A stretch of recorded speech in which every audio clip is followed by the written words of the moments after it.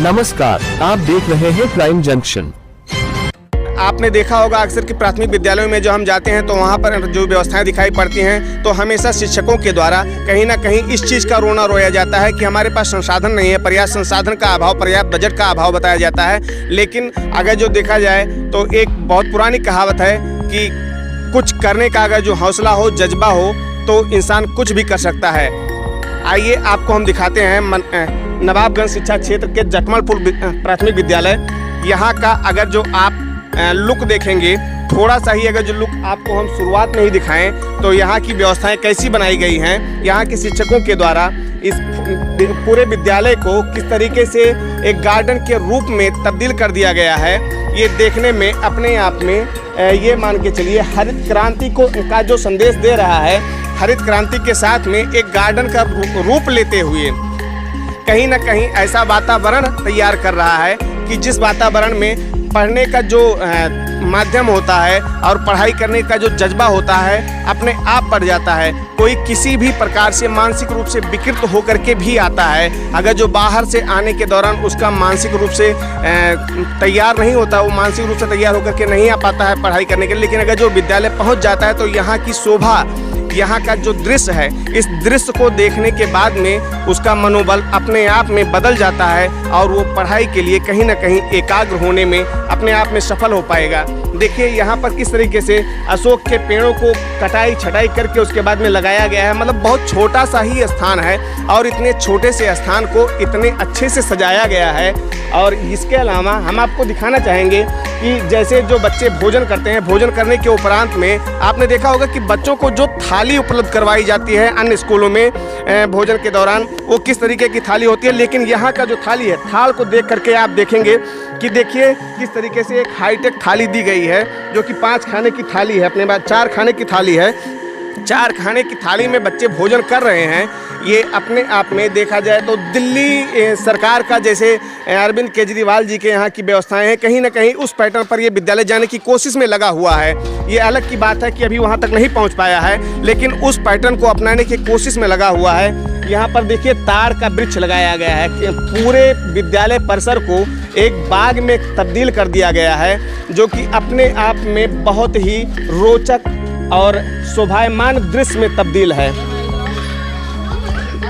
विद्यालय परिसर में आप देखते होंगे अक्सर कि अगर जहां झंडारोहण किया जाता है, झंडारोहण के लिए ये सारी व्यवस्थाएं नहीं बनाई रहती हैं। वो कहीं ना कहीं कुर्सी आदि के सहारे झंडारोहण करते हैं या फिर झंडा लगाने के लिए विद्यालय के ऊपर कोई कुर्सी खड़ी कर देते हैं, वहां जाकर के झंडा लगाते हैं। लेकिन एक विद्यालय बहुत छोटा स्थान होने के बावजूद भी यहाँ पर झंडारोहण के लिए सारी व्यवस्थाएं की गई हैं कि यहाँ पर 26 जनवरी और 15 अगस्त या और अन्य किसी राष्ट्रीय पर्व पर यहाँ पर झंडारोहण किया जा सके। और उसके ऊपर से झंडारोहण के आसपास का जो दृश्य बन रहा है वो अति शोभायमान है।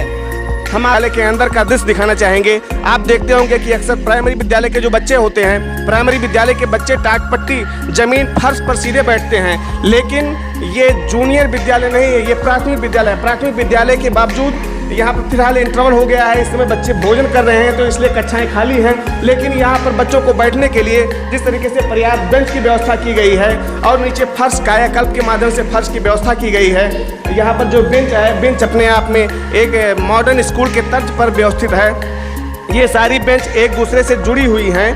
बेंच और स्टूल एक दूसरे से जोड़ करके उसके बाद में रखा गया है कि किसी प्रकार से कोई बच्चा बैठने के दौरान गिरने ना पाए, कोई बेंच गिरने ना पाए। ये सारी व्यवस्थाएं बनाई गई हैं जो बेहद सराहनीय है। लोग कहते हैं कि तमाम प्रकार के संसाधनों का अभाव रहता है, बजट का अभाव रहता है, बजट के अभाव में ये नहीं कर पाते हैं, बजट के अभाव में वो नहीं कर पाते हैं। लेकिन किसी प्रकार से इन्हें कोई अतिरिक्त बजट नहीं दिया गया है। कोई अतिरिक्त बजट न मिलने के बावजूद भी विद्यालय परिवार द्वारा किस तरीके से पूरे विद्यालय को सजाया गया है, ये देखने में अपने आप में बहुत ही काबिल तारीफ है। देखिए यहाँ पर किस तरीके से रंग बिरंगे पौधे लगाए गए हैं जो कि विद्यालय को एक बगिया में तब्दील कर रहे हैं। यही नहीं किया, ऐसा नहीं इसको कि छोड़ दिया गया हो, लगाने के बाद में इसका देख रेख न किया गया हो और यहाँ पर गंदगी पर्याप्त हो गई हो, ऐसा कुछ नहीं है। विद्यालय की साफ सफाई के लिए पूरी व्यवस्था बनाई गई है। पूरा साफ सफाई करके इस तरीके से इसकी कटिंग करके और सारी व्यवस्थाएं मेंटेन रखी गई हैं। पर आप देख सकते हैं इस जमीन को अभी तैयार किया जा रहा है। बहुत छोटा सा जमीन तैयार करके उसके बाद में यहाँ पर पौधे की रोपाई करने के लिए पूरी व्यवस्था बनाई गई है। यहाँ पर भी कोई पौधा रोपा जाएगा। हम यहाँ के जो तैनात शिक्षक हैं, गुरुजी हैं, हम उनसे जानकारी लेकर के उसके बाद में आपको बताएंगे कि यहाँ पर किस तरीके से पौधे तैयार किए जाएंगे, कौन सा पौधा लगाया जाएगा। गुरुजी अपना नाम बताइए आप। जितेंद्र यादव, सहायक अध्यापक, प्राथमिक विद्यालय जटमलपुर।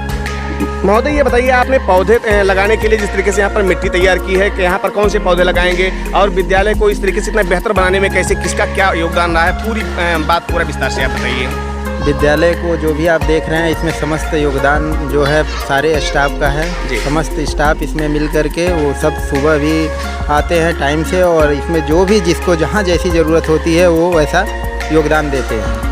और इस समय इसमें जो है आपने अभी पूछा कि कौन से पौधे लगेंगे, तो इसमें फूल के पौधे लगेंगे जो कि विंटर सीजन में जो फूल इस समय अवेलेबल होंगे बाज़ार में वही पौधे आपको यहाँ इसमें मिलेंगे। जब आप जनवरी फरवरी के महीने में आएंगे तो आप इसमें पूरी तरह से आपको खिले हुए फूल मिलेंगे। जैसे कि आप लोग पढ़ाई करते हैं, पढ़ाई कराते हैं, उसके बावजूद पता लगता है कि जो बागवानी पूरे विद्यालय में बागवानी की गई है, बागवानी के लिए इसके लिए क्या व्यवस्था है यहाँ पर, क्या कोई अदारा का बागवानी करता है या फिर आप लोग स्वयं इसके लिए समय निकाल कर करते हैं? आप कभी अगर सौभाग्य हो तो ऐसे आप आएंगे तो सुबह 5 बजे भी हम लोग आकर के इन सब जो आप देख रहे हैं सारे पौधे, इसकी कटिंग भी हम लोग खुद ही करते हैं। यहाँ के माली भी हम लोग भी हैं, अध्यापक भी हम ही लोग हैं। अब माली भी आप ही हैं, अध्यापक भी आप ही हैं। देखिए ये अपने आप में बहुत ही काबिले तारीफ बात है कि जो शिक्षण का कार्य करता है वही सारे दायित्वों का स्वयं निर्वहन कर रहा है।